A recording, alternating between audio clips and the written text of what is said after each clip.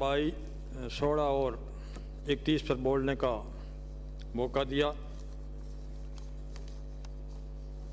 सभापति महोदय, हमारे क्षेत्र में पूरे राजस्थान में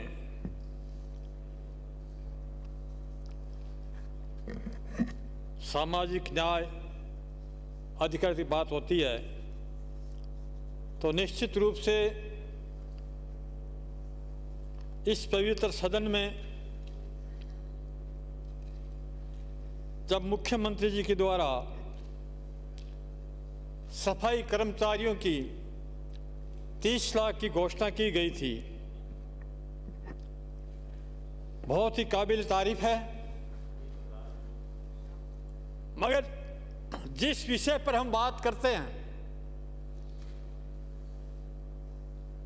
तो निश्चित रूप से वाल्मीकि समाज से आने वाले लोगों को ही उसका हक मिलता है। ये त्याग हमारे साथी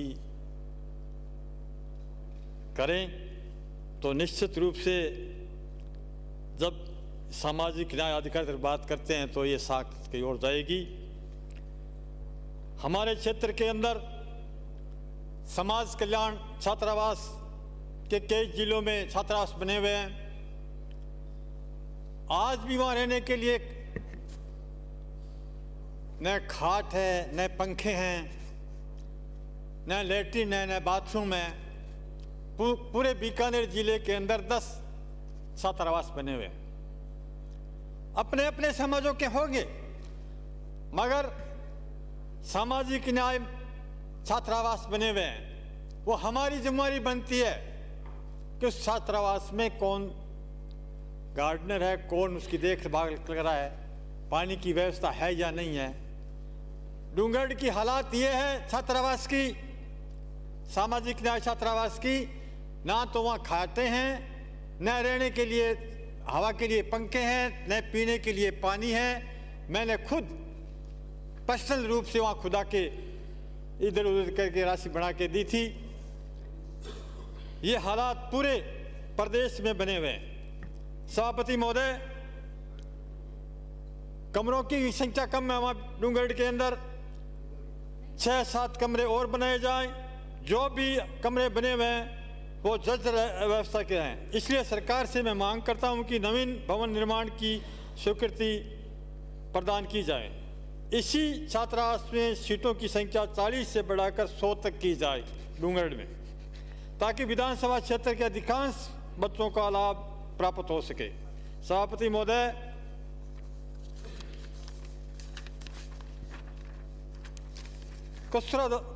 कस्तूरबाई गांधी आवासीय विद्यालय टाइप 4 श्री डूंगरगढ़ का भवन जर्जर व्यवस्था में, इसलिए आवासीय विद्यालय के लिए नए भवन का निर्माण कराने की आवश्यकता है। इसी प्रकार कस्तूरबा गांधी आवासीय विद्यालय टाइप नंबर 1 जेतासर में उच्च कक्षाओं की बालिकाओं के लिए भवन का निर्माण कराने की आवश्यकता है। इसीलिए सरकार इस मांगों पर विशेषकर ध्यान देकर छात्रावास के भवन का निर्माण प्राथमिकता से कराए। सभापति महोदय,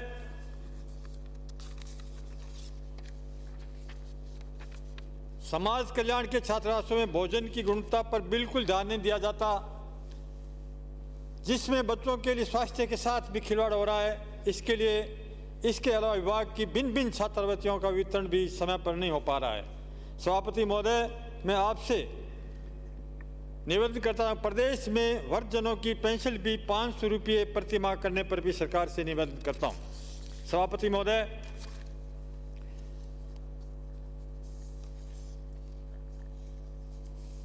श्री डूंगरगढ़ विधानसभा क्षेत्र अनेक ग्राम पंचायत मुख्यालय पर पटवार सर्किल नहीं होने के अभाव के राजस्व संबंधी कार्यों में परेशानियाँ आती रहती है।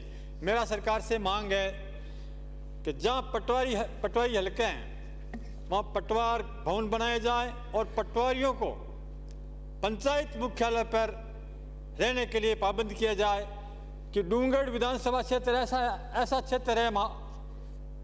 सभापति महोदय, सबसे ज़्यादा ट्यूबवेल क्षेत्र है, आए दिन किसानों के काम पड़ते हैं, पटवारी मिलते नहीं समय पर, नए पटवारी लगे हुए हैं, बच्चियां लगी हुई है, ज़्यादातर काम नहीं जानती या तो कुछ बहाना बना लेती है, तो निश्चित रूप से वहाँ के प्रशासनिक स्तर पर पटवार हल्के पर रहने के लिए उनको पाबंद करें, जिससे कि आम किसान का काम सुविधाजनक हो,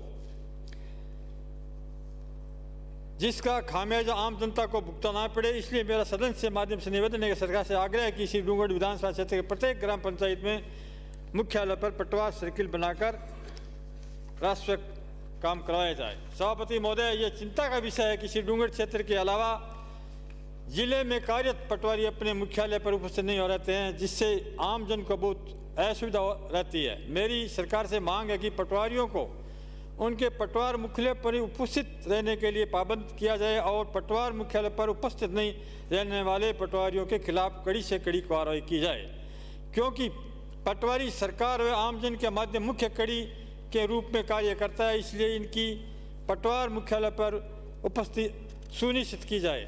सभापति महोदय, श्री डूंगरपुर विधानसभा क्षेत्र में पटवार भवन जहां अभी बने हुए हैं पुराने, वो जर्जर अवस्था में है। इसके कारण पटवारियों के लिए कार्य करने का स्थान भी सुरक्षित नहीं है। मेरी सरकार से मांग है कि गांव में जर्जर अवस्था में पड़े पटवार भवनों को चिन्हित कर इनके स्थान पर नए भवन बनवाए जाए। सरकार भवनहीन पटवार मुख्यालयों पर भी पटवार घर बनाए।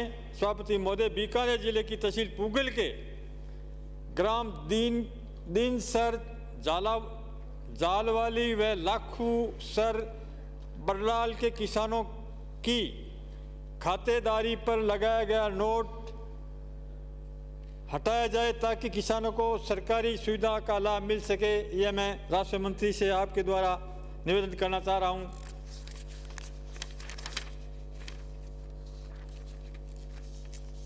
सभापति महोदय, सबसे बड़ी राजस्थान के अंदर अगर राष्ट्र संबंधी बात होती है, 1975 के अंदर कांग्रेस के राज में जब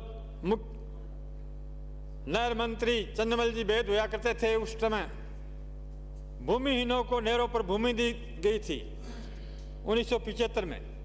आज भी हालात ऐसे बने हुए हैं कि उनको आज भी वहाँ के चिन्हित और पट्टे नहीं दिए जा रहे हैं। मैं मांग करता हूँ उस तर्ज पर आज जहाँ पूरे राजस्थान के अंदर जहाँ भूमिहीन लोग हैं, उन भूमिहीनों को चिन्हित करके नहर के किनारे जहाँ जमीन उपलब्ध हो उनको जमीन दी जाए, जिससे कि पैदावार भी बढ़े, आम जन की आय भी बढ़े। ये राजस्थान वो उस टाइम की सोच थी 1975 की। 2 मिनट समाप्त करें।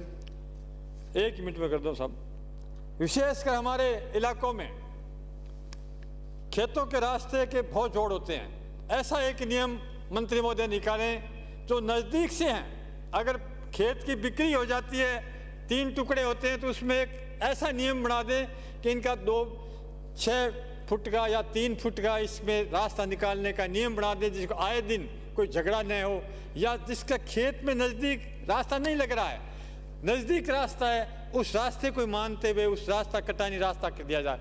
ज़्यादातर कटानी रास्ते न होने की वजह से जो हमारी नरेगा के कार्य है वो भी ठप पड़े हैं कि कटानी रास्ते न होने की वजह से ग्राम पंचायतों के सरपंच उस पर ग्रेवल रोड भी नहीं बना पा रहे हैं। मंत्री महोदय, मैं आपसे ये निवेदन करूँगा कि निश्चित रूप से जो मैंने मेरी मांग रखी है हमारे इलाके की, उसे निश्चित रूप से आप ध्यान देंगे। और एक साथ में ये भी कहूँगा कि धन्यवाद भी दूंगा आपको। मेरे क्षेत्र के अंदर आपने एक राष्ट्रीय गांव घोषित किया है, उसका नाम है केवनई। तो उसमें जो भी सुविधा बन सके सड़क की और की जो भी हो, तो इनके लिए जो भी गांव में सुविधा उनके लिए आप अपने तरमीम करवा कर और उनको राष्ट्रीय का रूप देके ज़मीन का तरमीम कराई जाए, ज़मीन के जो अपने हक ले सके, आधार ले सके सरकार का। ये कहते हुए धन्यवाद।